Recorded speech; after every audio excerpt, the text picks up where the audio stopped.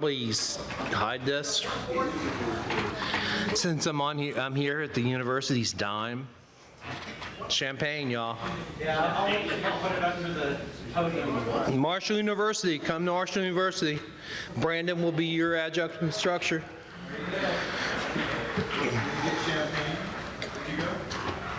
I'm online, so I'll give you champagne all day. You just gotta come to my house. Give me like a minute. There's people still coming in here. This is very important talk. Yeah. And my fans are here, so. So as soon as you wipe the glass, I'll start the... Well, that's probably a good idea. Yeah, the velvet rope had to be put out there, so we hold the riffraff back, and we only got the good people.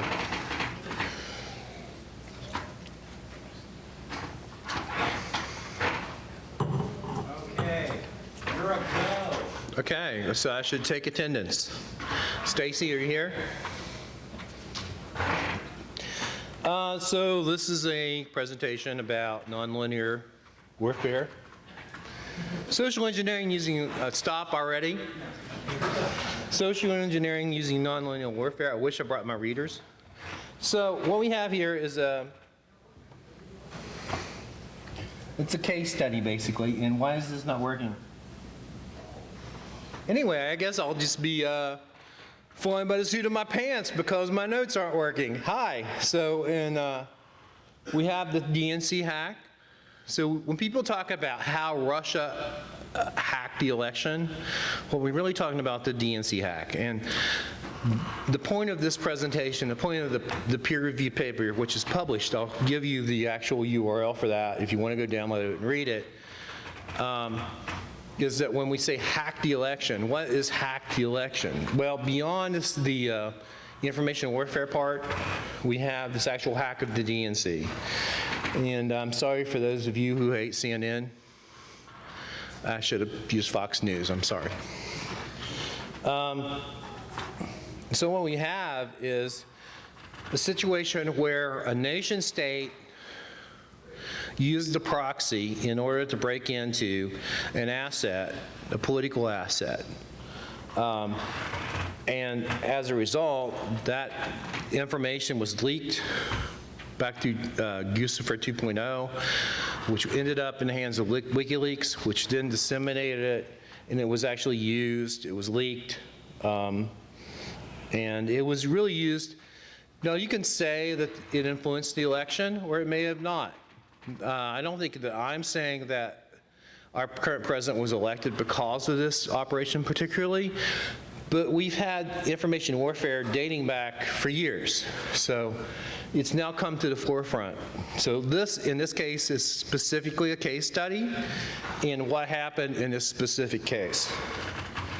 So who's familiar with the Estonia hack, where basically the Russians took down the Estonians, they took down the banks, Estonians used online resources in order to vote.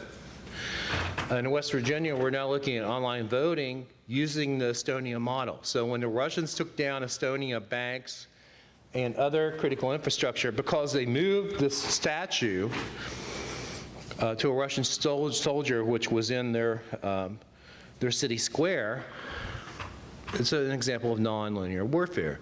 Instead of rolling tanks, they used cyber. I've accepted the word cyber after 20 years. Cyber means in order to take down infrastructure instead of rolling tanks into their country. In the case of the Georgia incursion, they took down all kinds of critical infrastructure and defaced websites before they ever rolled the first tank. So this is an example of Russian asymmetrical warfare. So now what we have also as well in the case of the DNC hack is social engineering. So who can tell me what social engineering is? I'm sorry, I'm a professor, so I'm going to ask questions. Yes, you in the black shirt. Kind of like I guess you could call him a con man in a way? Yep. A simplified version of it? Exactly. So it's not anything new. Social engineering's been around for a long time. So social engineering is this idea that you can trick people into things that they would do that they would not otherwise do. And I will have to give a big shout out to Win Schwartau, who runs a company which really deals with social engineering and defeating social engineering. I wrote a book called Building an Information Security Awareness Program, which is about defeating this non-technical attack. Not all attacks are technical, and we'll get into that a little bit more as we go on. So what is social engineering? Well, in the case of the DNC hack, John Podesta, who was running Hillary's campaign, got this email, which was sort of a larger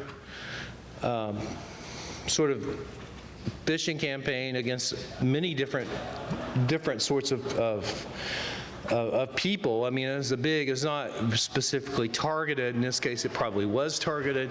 It's John Podesta, so he's, hey, you got something wrong with your oh, thank you for some water. Thank you very much. I appreciate that. I like to stay hydrated. So in this case, what they did was they sent them this message saying, hey, there's something wrong with your Gmail account. Who would not want to fix their Gmail account, right? You need to change your password. So they sent them this bit.ly link. Who clicks on bit.ly links? Everyone. Everyone, exactly. We all click on bit.ly links. So as a result, he clicked on a bit.ly link and he was compromised. And the specific software that was used, in this case in a malware, was Fancy Bear. Which, you know, you can't have an APT attack without a logo and also usually a song. What else you need? T-shirts. So CloudStrike, excuse me, who did the forensics on the DNC computer. So they called, they didn't call the FBI, they called Cloud. I'm going to get myself in trouble. CrowdStrike. No, CrowdStrike. Sorry, I didn't mean to say CloudStrike. We actually have graduates there. So we have the situation when I use a specific type of malware in order to take over the DNC infrastructure and exfiltrate data, which was embarrassing to a lot of people in the DNC, which was leaked. This is the, I don't know if you all know this or not, but we have this thing called, we have these intelligence organizations to actually look at this stuff and they write reports. So there was an intelligence report written about this specific attack after CrowdStrike did their digital forensics, and this is the key judgments that came out of that, which is the Russians tried to influence our election. Also, water is wet.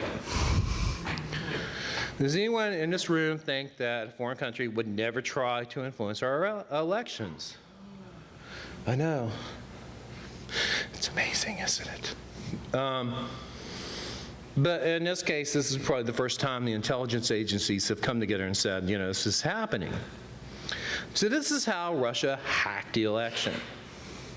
So what we do moving forward, that's my next talk. If you come to Secure WV, www.securewv.com, I'll tell you about the rest of the story. I sound like Paul Harvey now. So there was an intention to affect the election. We know that. Blah, blah, blah. There's a lot of notes under this that apparently I can't see. Apparently I need to print those out the next time. If anyone knows how to use PowerPoint better, please see me after this talk. Thank you. So the part of this was information warfare. They also found out that the Russians had basically a troll army. And I don't know if you all know this, but 4chan is not your army. No 4chan lurkers are in here? 4chan is not your personal army, right? So basically what they did, who's heard of Weave? Wow, you all need to know your history. We've actually ended up into, after the AT&T situation where he was put in jail for he was basically going through URL and like changing numbers at the end of the URL in order to see people's accounts on AT&T, which he got thrown in jail for. He's thrown out with a technicality, but where did Weave end up? Who could tell me where Weave is now today? Isn't it like Iran or something? something? No, he's in eastern Ukraine. What would he be doing there, Bill? Well, he's there because he's working for a very rich Ukrainian who is sponsoring his time there, making trolling basically. He's the king of the trolls. I used to spend a lot of time studying Weave and the idea of trolling, but then after Charlottesville, I gave up. When he wanted to troll the poor woman who was killed in Charlottesville when she was run over by a car, I was like, that's it. Trolling is still an interesting thing. It's still something we do, as Sam can tell you, on Facebook especially. But we have this idea of information warfare, and this has gone on forever. Military units have information warfare units that go back for years, so it's nothing new here. But they were able to subvert things like, who can tell me what the hacker ethoses are?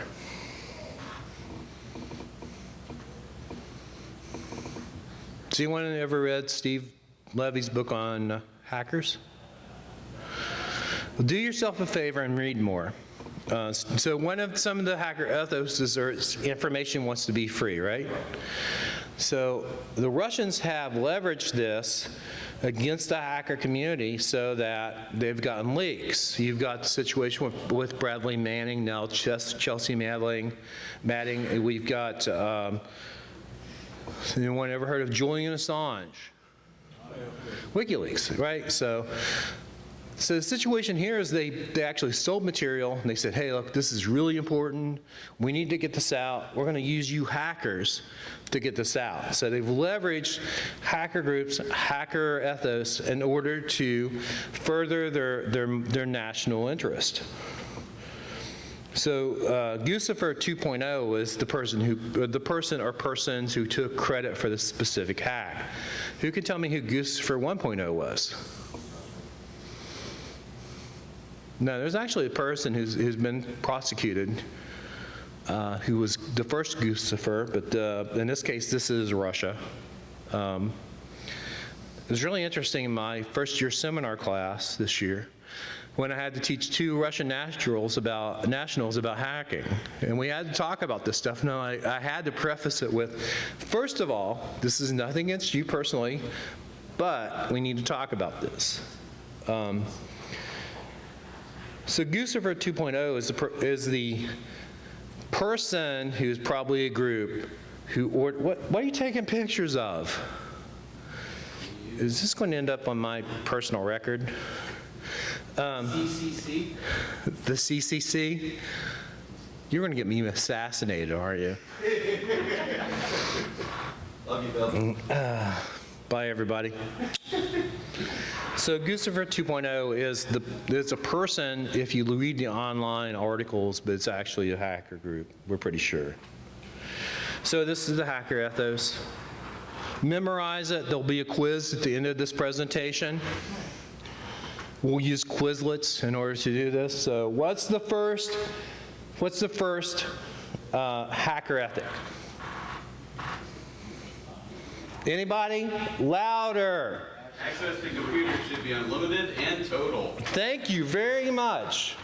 What's the second one? All information should be free. Thank you very much. What is the third one? Mistrust authority, right? The man sucks. Go ahead. Nobody trusts the authority. Exactly. What's the third one? Meritocracy.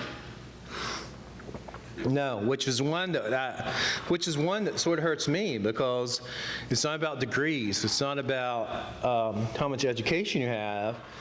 Most hackers are self-educated. So I came from the 1990s where we sort of come up by having mentors, right? And then we got to the point now that we have degrees. So I hope that you all, if you're at an age where you're in college, you study this stuff because we have degrees in this stuff now. So I teach at Marshall University in Digital Forensics and Information Assurance, and we teach people how to break into stuff. We don't talk about it. We actually break into computers with permission and write reports. So we think we're different than a lot of programs out there. So what's the What's the next one? I'm like, Hackers should be judged by their hacking, not bogus criteria such as degrees, age, race, or position. that is absolutely correct. We have a very encompassing community in that we don't care where you come from or what your educational status is or what your race is or what your age is or where you're from. And that's sort of the beauty of the hacker community. What's the next one? You can create art and beauty on a computer. That is correct. So that's awesome. Russians did. Yeah. So there's no problem with Russians hacking. No, okay, that's fine with that. I see what you're saying. Yeah. I see what you're saying. What's the last one? Computers can change your life for the better. That is correct. So, has computers changed your all's life for the better? For the most part. In my case, yes, it has. That's a whole. I had degrees in political science and journalism, so I sort of came up with, hey, I came up through the hacker community. I have no SCP, so as a result, I was able to teach this in. So how was this used by the Russians in asymmetric warfare? Specifically, they used the same software that was used to attack the DNC in the specific app. It's an Android app, and it was used by the Ukrainians in order for artillery targeting. So there's an app out there for everything, right? And the Russians were able to take over this application in order to figure out how to destroy artillery before it was ever fired at them. And according to the literature, there's over 9,000 incidents of this. I'm sorry, I had to put over 9,000. I'm so sorry that people lost their life, but it's a meme. Sorry. And there was a major findings in the report of CrowdStrike. CrowdStrike, I'm sorry, which they found a number of different findings, which you can read. I'm not going to read them to you. You can read all this. So it actually ended up in 50% of loss of forces in the case of Ukrainians. So why are we talking about Ukraine? There's been a Russian incursion into Ukraine when Ukrainians are fighting them back. Weave is in eastern Ukraine with his trolling army, which is being financed by Russians. I am going to get assassinated, aren't I? And you've got people who are Ukrainian trying to fight them out. So, and we're talking about losses. We're actually talking about the Ukrainian losses. Also, Fancy Bear has been used against their power grid.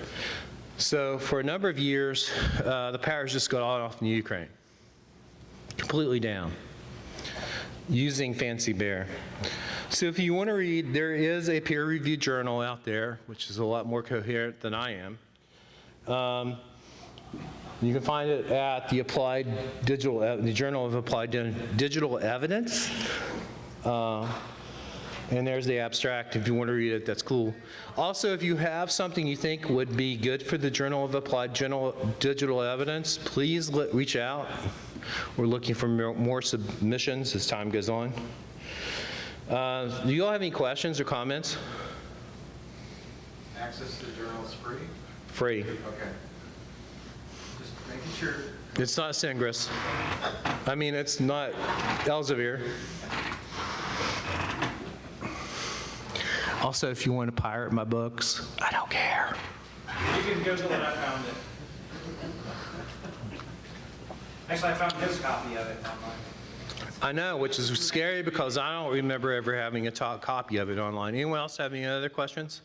Hey, Bill, are there any openings for professors full-time? We are looking for professors at Marshall. There's a tenure track, digital forensics assistant professor opening at Marshall University. You have to have a master's degree. It really depends upon your background. I have a master's degree in journalism and an undergraduate in political science. So, Yeah, you have a question in the back. okay. What is the DNC actively doing now to against the upcoming election? Absolutely nothing. Nor the rest of the federal infrastructure, as far as we can tell. I have a question. Yes. Why would we blame the Russians or anyone else for something? Social engineering is exploitation of somebody's stupidity Right. or primitivism or limitations. I understand. So I wouldn't blame Russia at all. I would blame DNC or any other Well, entity I mean- which was exploited. That's a good point, in that they're the one that fell for the social engineering. They're really at blame at the end. I know blaming the victim's not popular, but is that my blood point? Is that my alcohol point average, or, okay, 5. I'm a 5. Whoa, blood sugar. No, you got a point, in that it's really the DNC's fault in the end. They should have had an active security awareness program, which would fix this in the beginning. If you look at most breaches, they're always social engineering. Yeah, if we also have a former first lady whose server I could have, anybody. Right. Here probably 80% of people could have. Yeah. So why would we blame somebody who had your email? That's the reason this doesn't have Russia in its name. It's not, it's an example of a case study where it looks like this is what CrowdStrike decided, so therefore this is the case study of the CrowdStrike incident report. Critical. I love your presentation. Oh, thank you very much. Awesome. How much time do I have left? 4 minutes. Does anyone else have any questions? 4 now. It's hard to see with these bright lights. I'm kidding. Yes, sir. You? Do you expect this escalation from cyber to conventional warfare to continue? Russia seems to have done it in Ukraine. Do you think the United States and other nations? Well, that's the question, is that I talked to somebody who's in U.S. military that went recently on a asymmetric warfare exercise. So we're practicing for this in the United States and with our allies as well. So yeah, I mean, this is the new hotness. If you don't lose life in persecuting a war, or before you can roll tanks or you send aircraft, why would you not take down the air defenses? I mean, we did this in Iraq. I mean, if we want to talk about the Russians, yeah, they did this. In Iraq, we did similar things. We took down air defenses by sending out special Hewlett-Packard updates to their printers, then pivoted from the printers in order to take down things like air defense, radar, et cetera. So it's on both sides. It's not just one country that's interested in this. Yeah, we can take also power grid, water supply, and Right, exactly. critical infrastructure. Right. Yeah, not necessarily. So this is just a case study, but we can do a case study as well on the U.S. doing the same thing. It's a brave new world. Any other questions? Yes, sir. Yes, you in the blue shirt. On the topic of attribution, which you kind of raised there, what's your take on the neutral actors like WikiLeaks, which was mentioned in your abstract there, like in their role? That's a hard one, because each class is about Anonymous and WikiLeaks and, like, you know, what they were doing, and now I've got to the point where you can almost look at WikiLeaks as a non-state actor. I mean, they're actually WikiLeaks as it exists now, and Anonymous as it exists now, because it's not the same. I mean, this is not the summer of LawSec. This is a different time. So they've sort of fallen out of favor, but I understand what you're saying. They almost became NGO. They became a non-governmental organization that was affecting foreign policy. So does Julian Assange need to be arrested? Maybe. Information wants to be free, but at what cost? Unfortunately, and if you're looking at it from the hacker community, we believe information should be free, but when it affects nation states, they're going to stand up because they're saying, you know, you're affecting our specific What's the word I'm looking for? Yeah, exactly. Our mission or whatever our goals are as a nation state, so. Well, I said that they were neutral in quotes, right? So maybe they were more biased or a bit more focused on certain outcomes that Right. Yeah. So in the case of WikiLeaks, they do believe information should be free. Assange does have that hacker ethos, but there's a limit, unfortunately. In the 90s, we ran up against the, don't tell me stop, I'll give you the single finger salute. So there's a point where, I don't know. I mean, I'm from the hacker community, I'm of hacker ethos, and information needs to be free, but there are limitations to that. Thank you all very much, and thank you for coming.